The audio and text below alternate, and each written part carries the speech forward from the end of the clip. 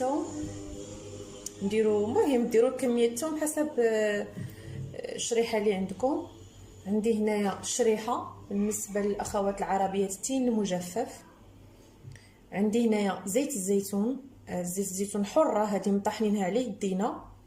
عندي هنايا اليازير، باللغه العربيه اكليل الجبل، وهذا هذا هو اللي ما عرفتش، هذا كمون صوفي هنايا. بالنسبه للعبارات عندي هنايا نص معلقه صغيره ديال اكليل الجبل او اليازير، عندي نص معلقه صغيره ديال الكمون الصوفي. بالنسبه للبنات اللي عارفينه باللغه العربيه شنو سميتو اللغه العربيه الفصحى يحطوه لينا ان شاء الله في التعاليق باش الناس يستافدوا. عندي هنا نص معلقه صغيره ديال الخزامه اللي باينه. عندي تمره واحده منزوعه النواه. عندي هنايا قرفه عواد. عندي نصف ملعقه صغيره من سانوج او الحبه السوداء. وعندي معلقه صغيره من النافع اليانسون. ودابا نبداو على بركه الله. اول حاجه اللي غنبدا بها غناخذ هاد الحبوب هادو كاملين، غادي نغسلهم. ما غسلتهمش في الاول باش ما يتخلطوش، نحيدو منهم الغبره. غادي نديرهم كاملين يتغسلوا ونصفيهم باش نضيفوهم للزيت ديالنا ان شاء الله. هنا غادي ناخذ قياس ديال زيت الزيتون اللي غادي نحتاج. انا كنأكد الزيت خصها تكون زيت حره. هنا هذه الزيت كنطحنوها على يدينا. غنديرها في هاد الزلافه. هاد الزلافه كتهز تقريبا 250 غرام. المهم نتوما كميه الزيت او الشريحه والثوم كديروا حسب الكميه اللي درتو، فهمتوا؟ بحال هكاك. غادي ندير هاد الزيت ديالي هنايا.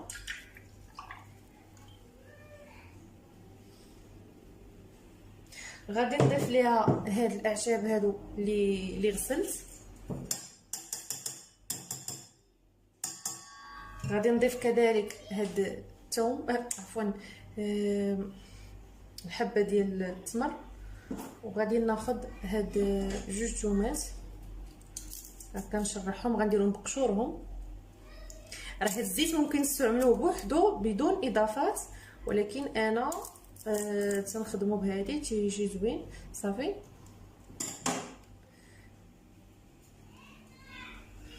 غنحطو على جنب. غندوزو دابا نشوفو التين المجفف ديالنا شنو غادي نديرو به. بالنسبه للتين المجفف مزيان هو حتى كنديروا ليها هكا كنفتحوها كنشوفوا ياك ما فيها السوسه ياك ما شي حاجه. المهم قبل من كل شيء راها مغسوله ومنشفه وكل شيء خصها تغسل وتنقى من الغبره ولا فيها شي شوائب لاصقين بها. صافي كنحلوها هكا كنشوفوا ياك ما فيها شي حاجه. هذه كتبان نقيه فيها شويه كحوله من هنا. المهم فيها شي كحوله فيها شي حاجه كنزولوها. المهم ما يكونش فيها الدود ما يكونش فيها السوسه شي حاجه خايبه. وصافي كنحلوها بحال ما هكا بالموس من الجناب باش لا فيها شي وسخه ولا شي حاجه. هذه واقيلا فيها شي حاجه ونحيدها ونشوفوا حبه اخرى. ما كنضربوهاش كامله كنضربوها غير من الجناب باش الا فيها شي سوسه ولا شي حاجه ما نديروش. كنحلوها هكا. هذه نقيه. غادي ناخذ واحد الحبه ديال الثوم غنديرها في الوسط بحال هكا ونسد عليها. هنا راه عندي الشريحه مقاده هذه كلها غسلتها ونقيتها ومحلوله من الوسط. غنشدو الثومه غادي نديروها وسط الشريحه ديالنا ونديروها في الكسكاس بحال هكا. في الكسكاس ديال الكوكوط ولا البرمه حسب زعما شنو فاش بغيتو تصاوبوها. بحال ما هكا كنعمرو بحال ما هكا. ملي ما بغات القضيه تجيها سهله دير غير الشريحه بحال هكا من الفوق ديرها هكا في الكسكاس ديالها. هذه راه منقيه مصوبه كلشي محلوله من الداخل ومغسوله. المهم ديروا نتوما الكميه اللي بغيتو وتنديروا معها الثومه. غادي ندير الثومه انا غير من الفوق بحال هكا لحقاش عندي الحبات ديال الثومه كبار بزاف ما غاديش نعمر كل وحده. هذه يمكن نستعملوها الكبار والصغار، ولكن غير واحد الاشاره فقط بالنسبه للناس اللي عندهم انخفاض الضغط الدموي ما يديروش الثومه ما يكثروهاش يديروا غير كميه قليله لحقاش الثوم كما كنعرفوا كيدير انخفاض ضغط الدم صافي. ولا ممكن تحطوا غير هذيك ركوبه كامله في الوسط كتفور من بعد كتمعسوها وكتخرجوا منها الثومه. كتخرجوا الثومه هكا من القشره كتجي ساهله، ولكن هكا كتجيني حسين انايا. صافي غنديرها هكا وغادي نردها تفور. بالنسبه للزيت ديالي هنا غادي طيب في حمام مريم. ديروها فشي زلافه ولا فاش ما كان، ما نطيبوهاش فوق النار دغيا كما نقول لكم، ما غاديش نطيبوها فوق النار مباشره باش ما تاكسدش لينا ديك الزيت. غادي ندير لها غير هكا وغادي طيب في حمام مريم. غادي تنشموا ديك الريحه وتلقوا فيها هاد الاعشاب مزيان، ومن بعد نطفيو عليها. وبالنسبه للشريحه غادي نفورها، ممكن ديروا كسكاس ديال الكوكوت ولا كتوم مزروبين. صافي وغادي نغطي عليها حتى كطيب. كنقيس هذيك الثومه ديالي كنلقاها صافي بحال الزبده، صافي وكنطفي عليها. ومن بعد نكمل معكم اللي توجد ان شاء الله باقي المراحل. صافي هنايا غادي نشوفوا الشريحه ديالنا راه صافي طابت. انا ماشي الهدف ديالنا نطيبوا الشريحه، نشوفوا هذه تتولي زبده بحال هكا حتى كطيب وغادي نطفي عليها. هنا بالنسبه للزيت صافي راه يعني سخنات مزيان وشمينا الريحه ديال هذوك الاعشاب اللي درنا. ماشي كنخليوها طيب بزاف حتى كتحرق ولا شي حاجه، لا غير كنبقاو نشموا ريحتها.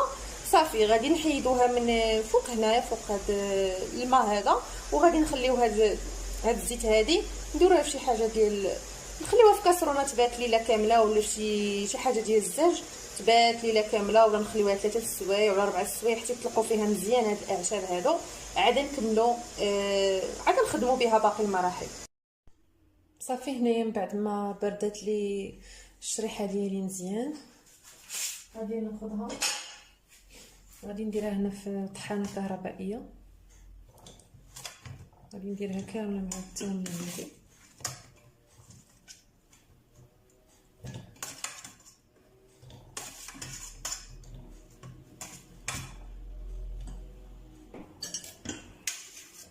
ندير الكميه كامله هنايا. نتوما ما بغيتوش تطحنوها ديروا غير قطعوها غير بموس هكا فوق شي قطعه طريفات صغار، قطعوها بقطعات صغار ومعسوها مزيان وزيدوا عليها الزيت. هنا الزيت حتى هي من بعد ما بردات ممكن تخليوها كما قلت لكم 4 السوايع 3 السوايع المهم حسب المده اللي بغيتو. ممكن كاع تخليوها تبات ليله كامله، ديروها في زلافه ديال الزاج ولا شي حاجه، خلوها تبات تشرب مزيان هاد النكهات اللي درنا، هادشي ديال العشوب اللي درنا. وعاد صفيوها. هنا غادي نصفيها وغادي نضيفها على هاد الشريحه ديالي. غنصفيها كامله حتى كيهبطوا جميع المكونات. وغناخذ حتى ديك حتى التميره غادي ناخذها حتى هي، غادي نزيدها نطحنها معاهم.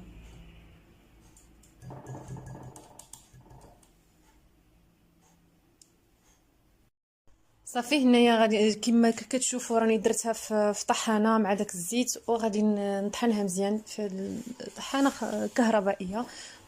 كما قلت لكم ممكن نتوما تمعسوها بالفورشيط. ملي كتطحن راه ما كتبقاش مازال تبان ريحه الثومه ولا شي مذاق ديال الثومه، وصدقوني ولادكم ما غادي تعجبهم، ما غاديش تشكاو من هذاك المشكل ما يبغيوش ياكلوها، لحقاش مع دوك الاعشاب المنسمه اللي درنا بحال النافع والقرفه واليازير ما تيقضيو على داك الجهد ديال الثومه، تجي بنينه. وكما كنعرفوا بان المنافع ديال اليازير لا تعد ولا تحصى، كيسخن الصدر، وكذلك الكمون الصوفي هما يعني زوينين وصحيه بزاف. ممكن تضيفوا لها حتى سكنجبير طري وتحكوه. انا كنديرو بعض المرات، اليوم ما درتوش.